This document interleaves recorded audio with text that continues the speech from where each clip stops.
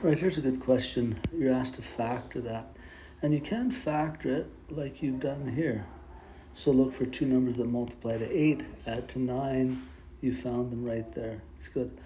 But when you get your answer here, so y squared plus 8y and y squared plus 1y, out of this you have a common factor of y that you could take out.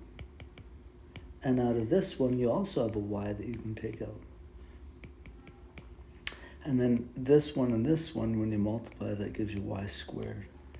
And then you have what you have left.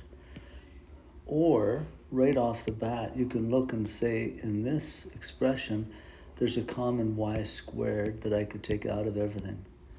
And that'll leave me with y squared plus 9y plus 8. And then factor this. Two things that multiply to 8, add to 9 will be an 8 and a 1. And you have y squared out front. Okay, same answer. So if you got to this, that's pretty impressive because I'd have a hard time factoring it that way. But you have to fully factor everything. So since these have y's, you could take a y out. Hopefully that helps you.